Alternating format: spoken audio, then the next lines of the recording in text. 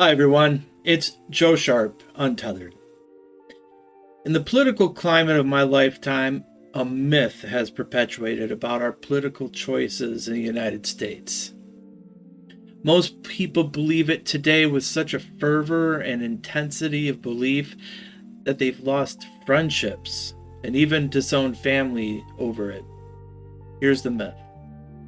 We're told that in elections, our options are limited, that you have to settle for the lesser of two evils to keep one party out of power. For the candidate of the party you vote for will do less damage than the other. In other words, your vote is a vote against the opposition rather than a vote for whoever is more closely aligned with your beliefs. Firstly, this myth itself creates the perpetual two-party system where, in fact, we do have multiple options. We have multiple parties in the United States, believe it or not, and each maintains a wide view on internal and external geopolitical issues. But to ignore that and think of our system as either or between the two parties with the most money restricts our choices. This is exactly how, over time, a country begins a downward spiral. Government has two basic jobs: protect its citizens and provide for the general welfare of the people. If neither of the two largest political parties that hold the government are beholden to the people, but rather just wealthy donors and corporations, then the government will not do its job. And that skewing of interests from the general welfare of the people only to a select group of individuals is the definition of political evil. Perhaps it's even possible that one of the political factions is less evil, as maybe its policies do less damage to society than the other.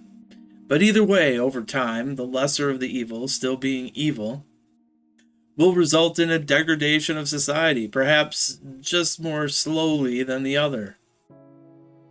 So it's slower, but still like compounded interest in small steps over time. It builds. And in the end, social, economic, and political circumstances of the people will be imperiled. And we see that in a multitude of examples today. From the dismantling of our manufacturing base, wage stagnation, prioritization of other countries' welfare over those of our own people, and even in times of desperate, catastrophic emergencies. But I digress. I'm here to ask you this. What if voting your conscience is not just a symbolic act, but a vital and necessary one for democracy? In the noise of political discourse, it's easy to feel like we have to pick a side. We hear it everywhere. Don't throw away your vote. Don't waste your vote on someone who can't win. But when did our vote become a strategic calculation rather than expression of our values and the hopes for a future? Voting for the lesser of two evils means compromising our principles. We convince ourselves that we're preventing the worst case scenario. But in doing so, we endorse the system itself that doesn't represent us.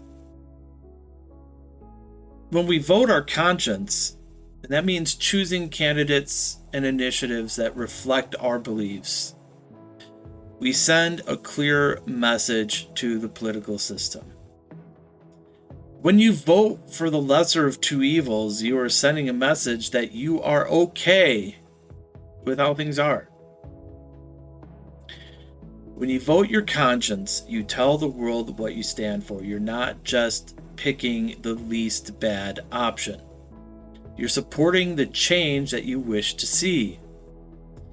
Even if your chosen candidate doesn't win, your vote is a statement of your values.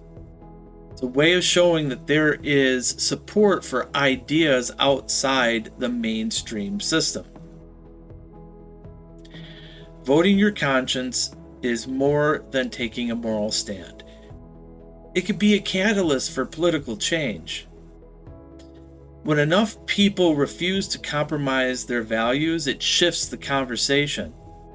It shows the political establishment that there is demand for different policies, new leadership, and a broader spectrum of choices. Of course, it can feel daunting. You need to do the work. You need to find not only a platform that aligns with your personal beliefs, but then you also have to determine if the candidate of that particular party is sincere in representing those beliefs. But consider this. Every major positive change in history began with people who were standing firm on their values. When the odds were against them, they stood fast and made the change. Voting your conscience is not about winning a single election. It's about building a movement for the future, a future where our politics reflect the true diversity of thought, hope, and vision within our society. I'd say that's worth the effort of a little research. Your vote is more than a choice between two flawed options. It's your voice, your vision for the kind of world you want to live in. When you vote your conscience, you keep that vision alive. You remind the world that there's more to politics than just winning and losing. There's integrity. There's hope. There's a possibility of a future shaped by our deepest values, not just our fears. So this election season, don't settle. Vote your conscience, because that's more vital than simply choosing the lesser of two evils. It's a vote for the world you want to build.